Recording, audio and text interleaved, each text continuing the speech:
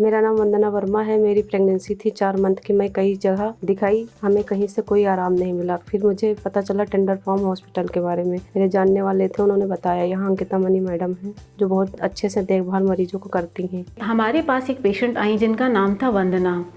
वो जब यहाँ आई तो उनकी हिस्ट्री ऐसी थी कि वो उन्हें एक पहले से सिजेरियन होके रखा था और वो 4 महीने की प्रेगनेंसी विथ एक ह्यूज फाइब्रॉइड, एक बड़ा सा गांठ था बच्चेदानी में, ये लेकर आई थी।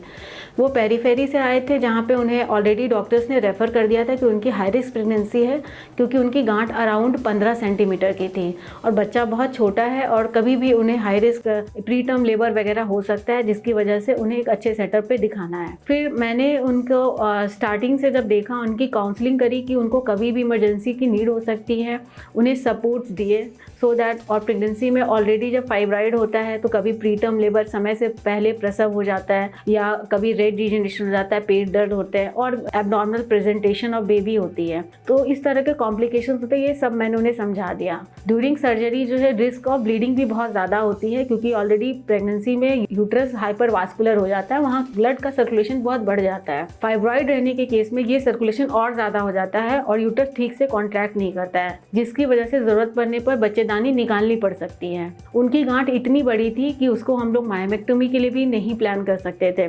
उन सारे रिस्क को समझाने के बाद वो उन्होंने बहुत अच्छे से, जैसे मैंने उन्हें बताया, उन्होंने पूरी 9 मंथ्स अपनी ट्रीटमेंट यहाँ से ली और लास्टली हमने ब्लड अरेंज करके उनका सिजेरियन प्लान करा जैसा एक्सपेक्टेड था। चूँकि उनके अराउंड 18 सेंटीमीटर का फाइब्रॉइड था, क्योंकि वो अराउंड प्रेगनेंसी में भी 3 से 4 सेंटीमीटर साइज और बढ़ गया, तो बेबी भी जो है ट्रांसवर्स लाई पोजिशन में आ गई थी। नॉर्मली जो है बच्चे का सर नीचे की तरफ होता है, इनके केस में बच्चे का सर ऊपर था, फाइब्रॉइड की वजह से वो नीचे जा ही नहीं पाया था। फिर हमने उनकी सर्जरी प्लान करी, सिजेरियन से बेबी आउट किया और फिर हमने यूट्रस क्लोज कर दिया और हेमोस्टेसिस करी कि किसी तरह ब्लीडिंग को हम लोग कंट्रोल करें। पोस्ट ऑपरेटिवली एक ब्लड ट्रांसफ्यूजन किए और उनका फिर फाइनली रिकवरी बहुत अच्छा रहा और ब्लड की नीड भी नहीं पड़ी और वो आराम से घर चली गई।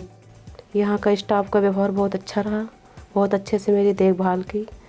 धन्यवाद करती हूँ स्टाफ का।